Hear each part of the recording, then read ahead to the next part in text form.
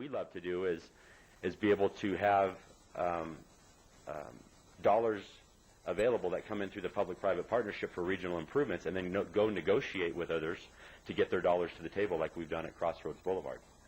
So we do, and I can't get too specific now, we do have some major employers that we're working with that would bring a substantial amount of high-paying jobs to Loveland. Strategy that is going to be jeopardized if all of a sudden we take that capital that we would normally use to fund new projects going forward and use it to fund all these grandiose infrastructure. That representative, how they view this, and I'll tell you where I'm coming from, is that if I'm a CDOT representative and I see a project that has been funded and was expected to start construction, and now we're going to unfund it, what's the politics of that then? Now we've unfunded a project that's been funded. It seems to me that once we got involved and the city and the McWhinney Corporation made the commitment to get involved in fixing state and federal highways, that we kind of nailed our foot to the floor. Greeley, I go right over 25, 34, or on 34, over 25. 2 days a week. I've been doing it for 11 years. But and I haven't been here that long, 11 years, a little over 11 years in the state of Colorado. That stinking intersection was terrible way before Centerra was built or anything else. 2534 subdivision or development in Johnstown is adding to it, Windsor's adding to it, we're adding to it, county subdivisions are adding to it. And I wish everyone that was concerned about safety, as I am, that's adamant about we should fix it, I wish they would still use that train of thought and call their congressional leaders and ask them, because at 34, don't forget, is a state highway. 25 is an interstate system, and it would really be nice to get some help from both the federal government and the state government. And granted, there's not enough money there, but you know, in addition to coming to us, which is, I think, right and proper, telling us we should be concerned with safety, I think those same people should also notify the state and the federal government and express their same concern. Thank you. Dave? No, go Carol. 3 towns that are spread out around here, Greeley and Fort Collins and Loveland, where there's so much more need, it seems like, just because of the intercommunication with these towns and the roads and stuff. So when the state says that there is no money and there probably won't be any money, that maybe not. There may still be more stimulus money. We don't know that, but I think we can only hope that maybe we'll have some more of that money someday. Where you put a nail in your foot and you want to get out of that situation, it kind of makes sense to do that. I mean, I have to go along with Glenn. The MFA needs to be changed when there's a need to change it. And that will change with the economy or where we're trying to, what we're trying to accomplish. And I purposely, of course, went on 34 and I-25 today. I typically don't go that way if I can against this particular interim that they've come up with. I thought one of the gentlemen tonight that talked about the Obama money was right on, and that is that if all we're doing is trading dollars, then we probably shouldn't do it. But the idea behind this, and I've talked about this because there are a couple key potential high job companies that could come to Loveland. And without that, I would leave the nail in my foot, quite frankly, because the alternative isn't worth the effort.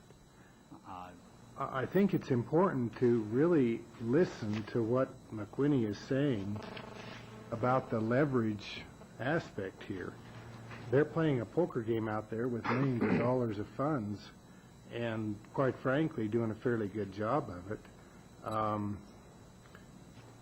We need to recognize that and do what we can to support that, to help get as many dollars in here as we can outside of this area.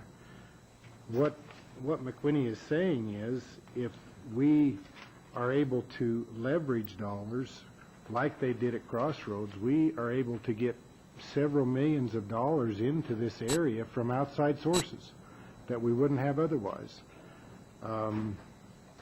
So I really think that's a key point that we need to understand and remember here. Obviously, safety is an issue. But again, this concept that if we don't fix that interchange right now and we have a fatality out there, it's on someone's record, I object to that. I think that's an incorrect statement. To move with what you needed to do to attract jobs and economic vitality. I believe what you say is true, that we need to be able to move. I thought Glenn's point about how many amendments there have been to the Constitution, when someone was questioning, you know, here we have this and we're making amendments to it. I would not perceive that as a criticism. I would perceive it as a compliment to our willingness to adjust to the times that are before us. So anyway, Mr. Mayor, I'm going to be supporting this. I'm still having trouble with the figure, the 9 and the 3. If I had my way, it would be 8 and 4. Can we let Walt ask a question, just in case it's a question? I'll bet you that when Crossroads gets fixed, if indeed this all goes, I bet we're eliminating a lot of safety things there on that intersection too. So I don't have a real problem with that. I'm totally in favor of this, and I will be voting for it. What about you, Glenn? Okay. Walt? I'm not in a position to vote on this thing till I get time to read it. I'm not asking you to vote. I'm asking you about language. Direction. The language is, No, the language is do you want to take out I-25-34 as a specific, knowing that it is a regional improvement? Remember now, in the red line, it's in there. And we're saying it doesn't. I really don't.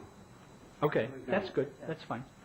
Darrell? I think these citizens who have expressed strong desire to do 34 need some sort of assurance that if we make the transition whereby Crossroads becomes number 1, that they have some assurance that when the funds become available, that 34 is definitely next in line to be done, and nobody shall change that. Okay. They deserve that attention. Okay, Kent? What's so funny?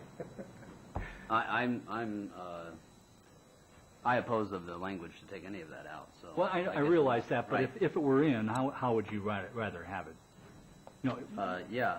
I mean, I understand which way you'll probably vote. Darrell's point, I believe, Yeah. that you have a problem with your leverage goal if you start saying, you know, that you have to have a second, and that second threshold is 110, 120 million. If the goal is to get some leverage, I'm not sure that gets you there. So, I am not for letting the McWhinneys have any of our money if I thought these jobs were just a flash in the pan and fictitious. That is not the case at all.